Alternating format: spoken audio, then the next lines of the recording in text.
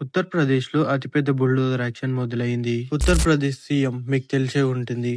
ఇతని గురించి తెలియని వారు ఎవరు ఉండరు. యోగి ఆదిత్యనాథ్ గారు. మన దేశంలో నరేంద్ర మోడీ తర్వాత ఆ స్థాయికి సరైన వారు మన యోగి ఆదిత్యనాథ్ గారు. మన ప్రధానమంత్రి మోడీ గారైనా కొన్ని విషయాలలో ఆలోచిస్తారు, కానీ మన యోగి గారు మాత్రం వెనకడుగేసే ప్రశ్నే ఉండదు. అది ఎవరైనా సరే అసలు వెనకడుగే వేయడు. ఎలాంటి వాడైనా, ఎలాంటి చెడ్డవాడినైనా సరే తొక్కుకుంటూ వెళ్లిపోతాడు. ఈ ప్రపంచంలో జిహాదీగాలు భయపడేది ఒకటొచ్చేసి ఇజ్రాయెల్ ప్రధానికి బెంజమిన్ నెతన్యాహు, రెండోది వచ్చేసి ఖచ్చితంగా మన యోగినాథ్ గారికే. దాంట్లో డౌట్ ఏమీ లేదు. మీరు ఇదొకటి గమనించారో లేదో, ఈ బుల్డోజర్ యాక్షన్ ఉత్తరప్రదేశ్ లో స్టార్ట్ కాగానే ఇటువంటి బుల్డోజర్ యాక్షన్ ని ఇజ్రాయెల్ లో కూడా ప్రారంభించారు. అలాగే జిహాదీగాలకు ఇజ్రాయెల్ లో ఎలాంటి ట్రీట్మెంట్లు ఉంటాయో జిహాదీగాలకు అలాంటి ట్రీట్మెంటే ఉంటుంది ఉత్తరప్రదేశ్ లో కూడా. ఇక అసలు విషయానికి వస్తే, మీకు గుర్తుందో లేదో, ఎందుకంటే మనం హిందువులో కదా, ఈజీగా మర్చిపోతాము. మనని కొట్టడాలు, అత్యాచారాలు చేయడాలు, మన గుడిలలోకి వచ్చి ధ్వంసం చేయడాలు మనం హిందువులం కదా, ఈజీగానే మర్చిపోతాము. కానీ జిహాదీలు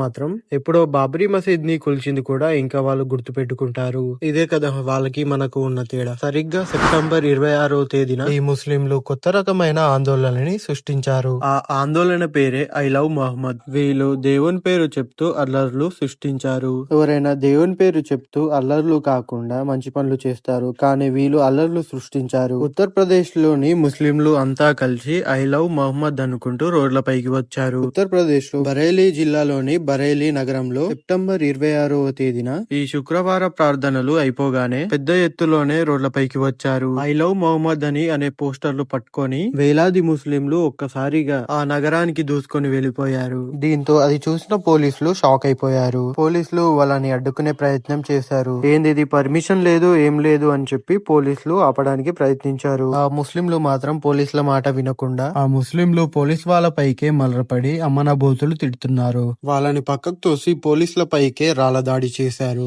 అక్కడున్న కొంతమంది పోలీస్ వాళ్ళని కూడా కొట్టారంట. అక్కడున్న వాహనాలకు నిప్పు పెట్టారు. పెట్రోల్ బాంబులతో కూడా కొట్టారంట. ఆ రోజంతా బలేని నగరం అస్తవ్యస్తమైపోయింది. భగవంతుడి పేరు చెప్పి వీళ్ళు అక్కడ మొత్తం అల్లర్లు సృష్టించారు. ప్రశాంతంగా ఉన్న నగరం మొత్తం ఒక్కసారిగా అయోమయంలో పడిపోయింది. అప్పటికప్పుడు అక్కడ ఉన్న యోగి ప్రభుత్వం అప్పటిదప్పుడు స్పెషల్ ఫోర్స్ లని దింపి లాస్ట్ కి ఆ ఆందోళన అయితే కంట్రోల్ చేయగలిగారు. ఈ గొడవలకన్నీ కారణమైన వ్యక్తి పేరు వచ్చేసి త్వారిక్ రజా ఖాన్. ఇతను మత పిచ్చిలో మునిగి తెలిపోతాడంట. ఇక వాళ్ళ మతాలకి ఉంటాయి కదా, వాళ్ళ మత పెద్ద అంట ఇతను. వీడికి 60 ఏళ్ల పైగా వయసు ఉంటుందంట. ఆ వయసున్న వ్యక్తి, ఆ స్థానంలో ఉన్న వ్యక్తి మంచి చెప్పకుండా ఇలా చేస్తున్నాడు.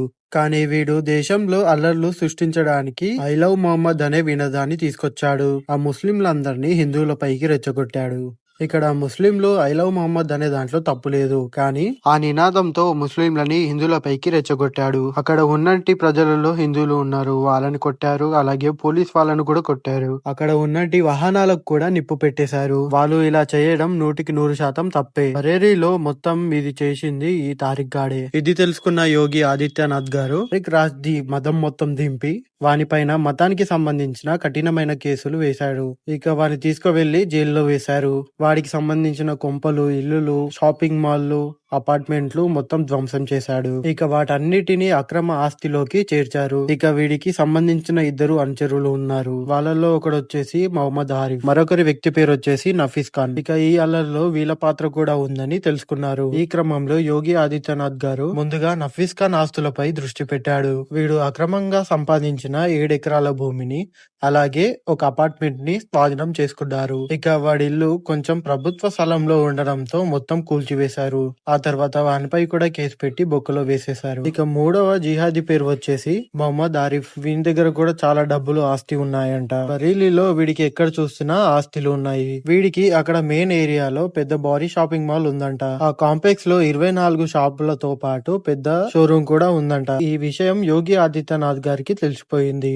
ఇక 9 బుల్డోజర్లు ఆ షాప్ పైకి పంపించారు. ఎందుకంటే ఆ బిల్డింగ్ ని మొత్తం పడగొట్టడానికి. నిన్నటితో కలకలలాడుతున్న షాపింగ్ మాల్ ఒక్కసారిగా ధ్వంసం అయిపోయింది. కనీసం ఇంతకు ముందు షాపులు ఉన్నాయనే ఆనవాళ్ళు లేకుండా కూడా మొత్తం ధ్వంసం చేసేశారు. ఇప్పుడు యోగి ఆదిత్యనాథ్ గారు వాళ్ళకి చిప్పకూడు తినిపిస్తున్నారు. ఇప్పుడు వాళ్ళు ముగ్గురు జైల్లో ఊచలు లెక్క పెడుతున్నారు. అక్కడ వ్యక్తులు యోగి ఆదిత్యనాథ్ కి భయపడి ఉచ్చపోసుకుంటున్నారు. మీకు కానీ ఈ వీడియో నచ్చితే మీ నలుగురు ఫ్రెండ్స్ కి షేర్ చేయండి. అలాగే లైక్ చేయండి, సబ్స్క్రైబ్ చేసుకోండి. మీకు ఈ వీడియో ఎలా అనిపించిందో కామెంట్ చేయండి.